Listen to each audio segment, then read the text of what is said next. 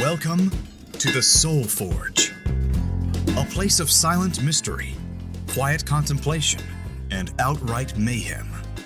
Join your host, Sean Vanderloo, as he guides you through the adventures of living.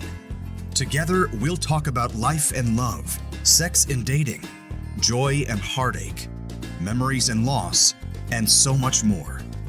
Don't worry, it's not nearly as pretentious as it sounds. Get ready for life, the universe, and everything on the Soul Forge.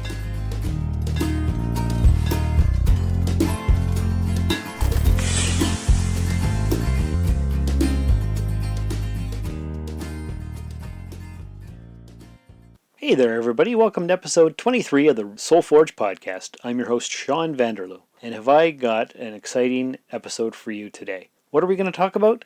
Well, here goes. A few weeks ago, there was a big Halloween dance. I'm not sure if I told you about that or not on a previous episode, but I was the bartender, and during the course of the night, a guy that I know named Paul, or nicknamed Sparky, he is a regular contributor to the Rusted Robot podcast. The Rusted Robot Podcast. He emails in almost every week, and we get quite a few cool discussions going on because of his emails with his buddy. A few weeks ago, we ran into each other. He was buying drinks or something, and we got to talking. So we were talking about podcasts, of course, and he said, you know what, I've not listened to a lot of the Soul Forge yet, but one of the things that you mentioned in some of the early episodes is that you went on certain adventures because of girls or something.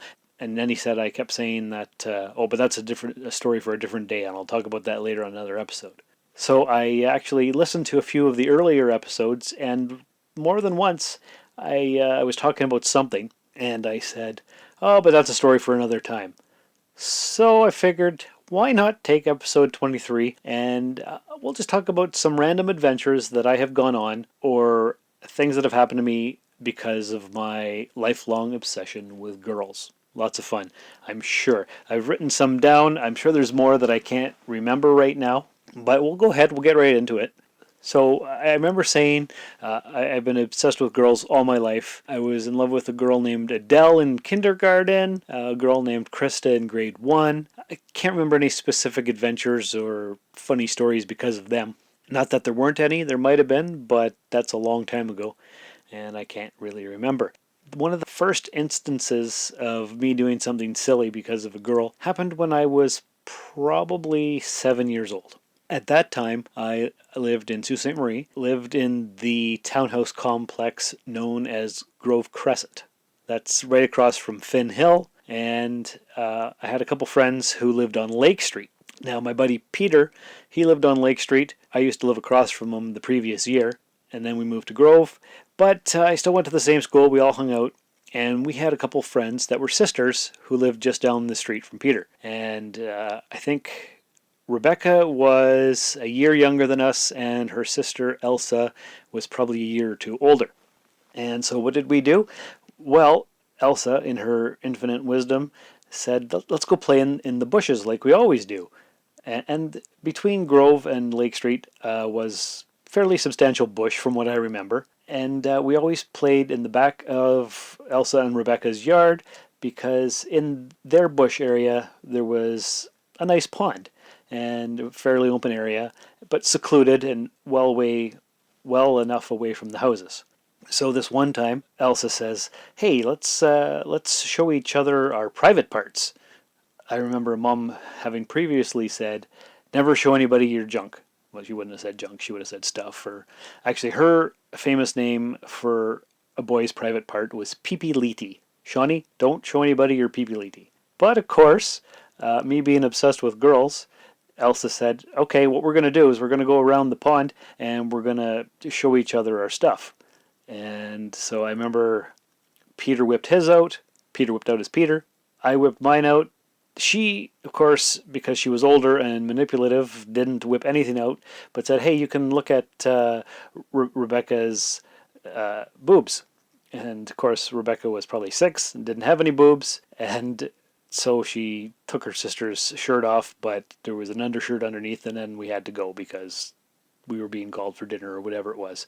So anyway, long story short, I showed my junk because Elsa wanted me to, and I shouldn't have done that, but I was hoping to see some girl stuff, which I never got to see. Why do I even remember that story? I don't even know. I'm not sure I could even find the pond again if I tried to. I don't know what house Elsa and Rebecca lived in. And I don't even know if the bush between Grove and Lake Street still exists or if it's been filled in by houses or not. But that was probably like around 1983, so quite a while ago. Just a vague memory of showing my stuff and I shouldn't have shown it. So, first solid memory of adventures with girls. What else happened? There's the pork and bean incident, but I'm going to tell that at the end of this episode because it's silly, it's stupid, it's funny, and I still can't believe that happened. So, what happened after in the meantime? Well, I remember in grade 9, I was obsessed with Sherry, who I've talked about before, and I would do anything to spend time with her. And so one time, she and a bunch of friends were going Christmas caroling and asked me along. And of course, I went. Can I sing? I cannot sing. I'm tone deaf. I can't carry a tune in a paper bag. I can't read music. I can't play musical instruments. I can't dance. I've got no rhythm whatsoever. But to spend time with Sherry, sure, I'll go sing carols with you. Why not? It was cold. We walked a lot, and we went to strangers' houses to sing. But I got to spend some time with her, and that was the main thing. I remember we were in the back of somebody's van as we were being taken from one place to another, and I put my head on her shoulder just because I wanted to get close to her. She pushed me off. So, didn't have a lot of luck throughout these adventures. Grade 10 or 11, I went to a girl's house because she invited me over to play basketball. Once again, no rhythm, no coordination, no care for sports at all, but it was a chance to spend some time with a girl, and so I did. Nothing happened, nothing came of it. It was just an afternoon spent with a girl that I knew from school, and not a lot of fun, but it was something to do, and nothing ever came of it, of course. And speaking of Sherry, she's the entire reason I moved to North Bay for university because I wanted to spend time with her and I didn't know what I wanted to do with my life for school. And she was going there and it wasn't far away from the Soo, only about 5 hours. And it was more time to spend with her. So naturally, that's where I went to school. That's probably pretty well shaped the rest of my life because of everything that happened. I could have gone, I was accepted to where? I was accepted to the school in Windsor. I think I was accepted to a school in Thunder Bay, also just right across the border in Sioux, Michigan, and the one in North Bay. So I could have gone to a bunch of different spots, but I went to the school where Sherry was going because why not? I also joined the school newspaper because of her, because it was more time to spend together. Speaking of school in North Bay, that's where I met Stephanie in the second half of my first year. So, January of 1996, I believe. And we got to hit it off pretty well. This is the girl that I was obsessed with. Turned out she was a lesbian, so there was no possibility of anything happening. But it was my first lesbian experience, the first one that I'd ever met or knew that I had met. And I really liked her. I liked her a lot. So what did I do? I went to North Bay's first Take Back the Night March, and I was the only man there. And Stephanie says, "Okay, you should come. It'll be fun. Stand on the side and march behind everybody because you're the only guy there, and they might not take to it too well." But I was there. I showed my support. I took back the night with all the ladies, and oh man, that was an excruciating time. A lot of walking, and nobody talked to me. So that wasn't a lot of fun. And speaking of adventures with Stephanie, I'd spend a lot of time with her and her lesbian friends and whatnot. And I'd spend the night at their place. We'd drink and we'd play cards. And of course, nothing would happen because they weren't interested in guys. But I'd come home the next day and my roommate Dave would say, "Oh, there's Sean, the action, no action man." I'm like, "What are you talking about, Dave?" "Well, you're always with all these girls, but nothing's happening." And so that was his big joke. And pretty much he was correct. not a lot of action happening for Sean, which I guess is okay because, well, why is it okay? I don't even know. I guess it has to be okay because that's what happened, and I can't change it now, right? That was North Bay. In North Bay, I met Lynn. This is the one that I met through ICQ, and we ended up moving together. She was in together. She was the first person I ever lived with. She had 2 rotten kids, and we had a lot of fun, actually. We went on road trips. We went to Canada's Wonderland in Toronto. We did all kinds of different things. Came up to Timmins to spend time at her parents' cottage and whatnot. It was an adventure with her. Lot of stress, but she is the reason that I moved to Timmins. So I moved to North Bay because of Sherry. I moved to Timmins because of Lynn. After we got here, it didn't last very long, and I met Trish. So Trish is the reason I stayed in Timmins. So what is this telling you guys about me?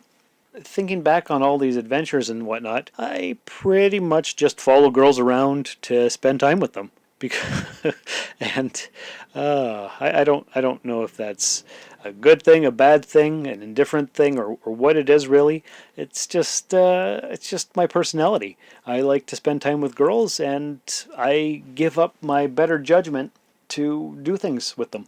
I've read poetry at poetry readings because of girls. I've joined drama classes because of girls. I think I even joined Air Cadets when I was 12 because a girl from my class was going there as well. So anything that would allow me to spend some time with girls, I would do. I remember playing Spin the Bottle when I was probably, say, 11 or 12, and we didn't even have a bottle, and it was a hairbrush or something, and we didn't even know what we were doing. I think it ended up being Truth or Dare or something, and nothing exciting happened, but why am I even telling that part of the story? I don't even know. Just random things that would happen because it was time to spend with girls. Here comes the pork and bean story. Okay, so as you know, my mom married my stepfather, Cannon. His name was Doug, but of course he thought he was a biker, and his nickname was Cannon. Now, he had a couple of friends named Cindy and Trevor, and when Mom and him got married, we met all his friends and whatnot, and Cindy and Trevor had 3 girls. Nicole was my age. I think she was like a week and a half younger than I was, and then I think the twins were maybe my brother Curtis's age, so 4 or 5 years younger than me. So anyway, turns out I was obsessed with this Nicole girl. Why was I obsessed with her? Well, she was pretty, and she was blonde, and she was tall, and she was one of the cool kids, and she was kind of dangerous, and I don't know. I was, how old was I? Would have been maybe, well, I think they got married in 84, so I would have been 8. So 8, 9, 10, we would have hung out with Cindy and Trevor and the kids and whatnot. There's 2 stories with Nicole. The first one is that one time Cindy came over to visit my mom, and I came out of my room and I said, "Hey, where's Nicole? Why isn't she here?" And Cindy says, "Oh, she stayed at home, blah blah blah. Why don't you write her a love letter?" Because everybody knew of my obsession with Nicole. So, of course I did. I wrote a love letter, and I can't remember what happened because of it, but I know they all got a pretty good laugh. I wish I had that letter. I wish I knew what it said, but I don't. But I think Nicole made fun of me for it the next time she saw me. But the main story with Nicole and how I am manipulated by my emotions and affected by all these strange different things. I think Nicole was turning maybe 9 years old. I can't remember exactly, but it was her birthday party, and we were over at their house. And what I had to do, or what we were doing, is we were going to have our dinner. And so what I wanted to do was have the same thing that Nicole had on her plate, because I wanted to show my affection for her by matching with what she was going to have. Kid logic, doesn't make any sense. I don't get it. But for whatever reason, I had to pick my dinner first. I picked what I thought Nicole would like, because that way we would match, We could talk about having the same plate, and everything would be great, and she would love me too. So anyway, I picked a bunch of stuff, and then I picked pork and beans, because I used to love pork and beans. They were one of my favorite foods. Then it came time for Nicole to pick her food, and she picked everything except for pork and beans. And I said, "Oh, how come you didn't pick pork and beans?" "I hate pork and beans. I think they're disgusting. I don't like them at all, and I'll never eat them in my entire life." So I'm like, "Oh, okay." So as I was eating my pork and beans, they tasted like garbage, and I vowed right then and there that I would never eat pork and beans again. And I don't think I had them again for years, probably not until my mid-20s before I even attempted to try them again, and I still didn't like them. And I may have had them 2 or 3 times since then, but it still reminds me of the whole Nicole incident. So what this tells me is that, for the most part, when it comes to girls, I lose all senses. My brain stops working. I don't think logically. All sense goes right out the window. I don't even know why. And I've tried to get better as the years have gone by, but sometimes I still find myself losing my judgment, lacking perspective, and just doing whatever because there's going to be a girl there that I can spend time with. Now, I think I've got a handle on that, and that's probably not true, but right now everything seems okay. Time will tell, of course, but I do and I have done a lot of strange things because of girls. Just like when I was 11 years old and my girlfriend at the time, Crystal, said that we should kiss, even though our parents said that we shouldn't kiss until we're both 13 and we were 11, but we did it anyway because it was her idea, and of course, hey, I'm gonna do what you want, so you like me more. So that's pretty much what I've concluded. I will do things so that I'm well liked, and I will do stupid things, I will do dangerous things, I will do ridiculous things, or I have done ridiculous things, stupid things, dangerous things because of girls. And now that I've recorded this whole episode about these incidents, and I'm sure there's lots more that I can't remember, but now that I've recorded this episode, I need to be more aware, more conscious of my choices and the reasons for them. And that's the whole reason for the Soul Forge podcast, because we put our motivations and the things that we do on the forge, and we examine it under the flames. And I hope that's what I've done this week. I think it's a bit of a disjointed episode because it's just memory recall, flashbacks, and so on. Because a lot of these incidences happened so long ago, it's really hard to remember all the details as if they were fresh. But I think you get the general idea. So Sparky, I hope some of these stories have entertained you. I hope it's entertained everybody. I hope you've learned something. I hope it's made you look back at your own life and question your motivations for certain things that you've done or things that you've allowed to have happen to you. Do you have your own pork and bean incident type of story? Have something totally ridiculous that when you actually say it out loud, you can't believe that this happened? I'd love to hear it. I'm sure all of our listeners would love to hear it as well. Send me an email, soulforgepodcast@gmail.com, with your particular story. If you'd like to actually record something and send an MP3, I'd love to play it on the show as well. That would be fantastic. Tweet me, put in a review in the Apple Podcast or iTunes Store or whatever app you're using. That's always appreciated. If you'd like to share the link for this episode on your Facebook page or your Twitter account to let more people know about the show, that would be highly appreciated. But just wanted to say thanks for stopping by the Forge, and I hope you got some value out of this episode. And remember, life can only be understood backwards, but has to be lived forward.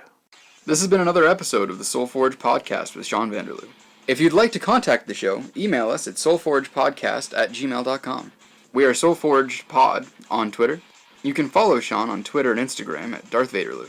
Please rate and review us in Apple Podcasts or the podcatcher of your choice. To support the show for as little as $1 a month, visit patreon.com/Darth Vaderloo. Thanks for visiting the Forge. We will see you for the next episode.